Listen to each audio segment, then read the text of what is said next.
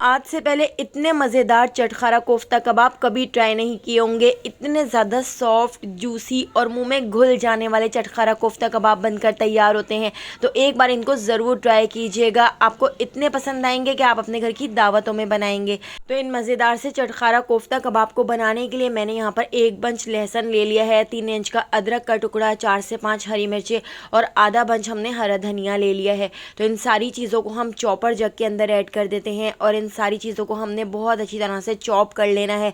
बिल्कुल बारीक हमने इनको पीस लेना है। इसके साथ ही एक मीडियम साइज़ की प्याज भी हम इसके अंदर ऐड कर देते हैं। तो प्याज को इस तरह से मोटा मोटा कट कर लिया है। तो पहले मैं इन सारी चीज़ों को अच्छी तरह से पीस लेती हूँ, इनको बिल्कुल बारीक चॉप कर लेती हूँ। इन सारी चीज़ों को पीसने के बाद इनको मैं एक बड़ी प्लेट में निकाल लेती हूँ। इसके साथ ही इसी चॉपर जग के अंदर हम ऐड कर देते हैं 400 ग्राम के करीब बीफ का कीमा। तो मेरे पास मोटा वाला कीमा है, इसलिए मैं इसको पीस रही हूँ। अगर आपके पास बाज़ार का मशीन का कीमा हो तो आपको पीसने की ज़रूरत नहीं है। तो देखिए यहाँ पर इस कीमे को भी हम बिल्कुल बारीक पीस लेते हैं। तो मैंने यहाँ पर बिल्कुल रूखा कीमा लिया है और कीमे को हम इस तरह से चॉपर जग के अंदर अच्छी तरह से कर बारीक कर लेते हैं।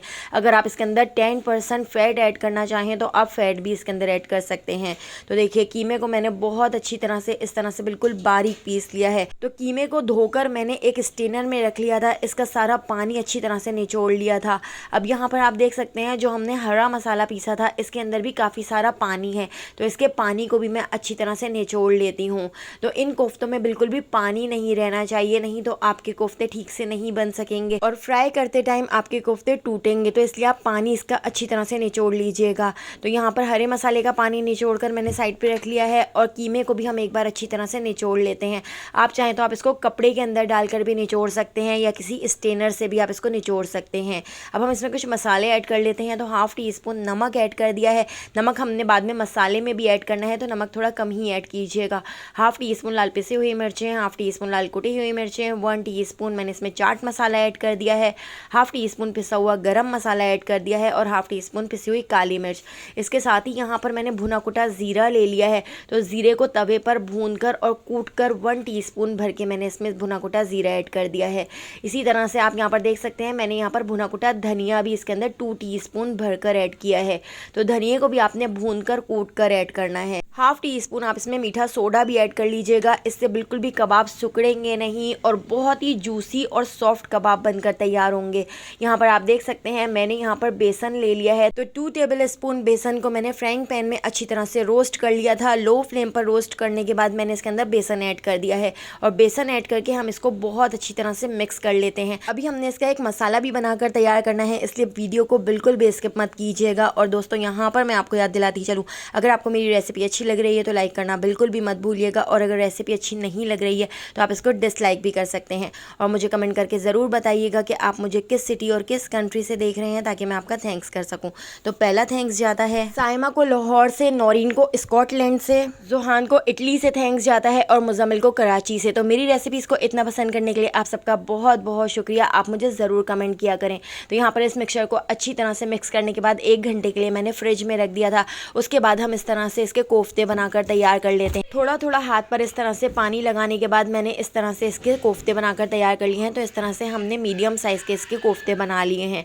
तो सारे कोफ्ते बिल्कुल इसी तरह से बनाकर मैंने तैयार कर लिए हैं और इन कोफ्तों को बनाने के बाद अब हम इनको फ्राई कर लेंगे और आखिर में हम इसका एक मसाला भी बनाकर तैयार करेंगे जिससे ये कोफ्ते बहुत ज़्यादा जूसी बनकर तैयार होंगे। तो एक फ्राइंग पैन में मैंने ऑयल को गर्म कर लिया था। ऑयल को गर्म करने के बाद हमने सारे कोफ्ते इस तरह से ऑयल के अंदर डाल दिए हैं और हम इनको शैलो फ्राई कर लेंगे। तो थोड़े से ऑयल के अंदर इस तरह से मैंने इन कोफ्तों को फ्राई कर लिया है और हमने इनको इतना फ्राई कर लेना है कि इनके ऊपर बहुत ही अच्छा सा कलर आ जाए। तो 10 मिनट के लिए मैंने इन कोफ्तों को ढककर फ्राई कर लिया था। इस तरह से अंदर तक ये कोफ्ते बहुत अच्छी तरह से फ्राई हो गए थे। कोफ्तों को फ्राई करने के बाद मैंने इनको एक प्लेट में निकाल लिया है। अब इसी ऑयल के अंदर हम ऐड कर देते हैं एक बड़े साइज़ का टमाटर पीस कर। तो मैंने टमाटर को पीस कर इसके अंदर ऐड कर दिया है। इसके साथ ही 4 टेबल स्पून मैंने इसके अंदर फेंट कर दही ऐड कर दिया है और हम इसको बहुत अच्छी तरह से भून लेते हैं। इतना भून लेंगे कि साइडों से ऑयल ऊपर आ जाए। साथ ही कुछ मसाले ऐड कर लेते हैं। तो 1/4 टीस्पून नमक ऐड कर दिया है। नमक मैंने कोफ्तों में भी ऐड किया था। हाफ़ टी स्पून लाल कुटी हुई मिर्चें ऐड कर दी हैं और हाफ़ टी स्पून भुना कुटा ज़ीरा और भुना कुटा धनिया ऐड कर दिया है।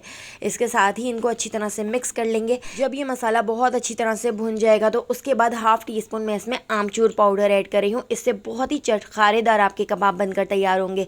हाफ़ टी स्पून मैंने इसमें पिसा हुआ गरम मसाला भी ऐड कर दिया और इसको अच्छी तरह से मिक्स कर लिया है। इस मसाले को अच्छी तरह से भूनने के बाद अब हम इसके अंदर ऐड कर देते हैं कोफ्ते, जो हमने पहले ही फ्राई करके निकाल लिए थे। और कोफ्ते फ्राई करके अब हम इसको इतना पका लेंगे कि ये सारा मसाला कोफ्ते के ऊपर अच्छी तरह से चिपक जाए। इस मसाले को कोफ्तों के साथ ढककर हमने 10 मिनट के लिए छोड़ दिया है। इस तरह से ये सारा मसाला कोफ्तों के अंदर तक चला जाएगा। इसके साथ ही अब हम इसके अंदर ऐड कर देते हैं एक बड़े साइज़ की प्याज, जो मैंने इस तरह से गोलाई में कट कर ली है। प्याज ऐड करके प्याज को भी मैं इसके अंदर अच्छी तरह से मिक्स कर लेती हूँ। इसके साथ ही हाफ बंच बारीक कटा हुआ हरा धनिया भी मैंने इसके अंदर ऐड कर दिया है और इसको भी हम अच्छी तरह से मिक्स कर लेंगे। 1 मिनट तक अच्छी तरह से पकाने के बाद अब हम इसको डिश आउट कर लेते हैं। यहाँ पे हमारे बहुत ही टेस्टी, बहुत ही मज़ेदार चटखारा कोफ्ता कबाब बनकर तैयार हो चुके हैं। बहुत ही ज़्यादा मज़ेदार रेसिपी है, तो एक बार ज़रूर ट्राई कीजिएगा। रेसिपी पसंद आई हो तो लाइक, शेयर और सब्सक्राइब कर दीजिएगा। फेसबुक, टिकटॉक या यूट्यूब पर देख रहे हैं तो मेरे चैनल को ज़रूर फॉलो कर लीजिएगा। आने वाली वीडियो तक मुझे दीजिए इजाज़त। अल्लाह हाफ़िज़।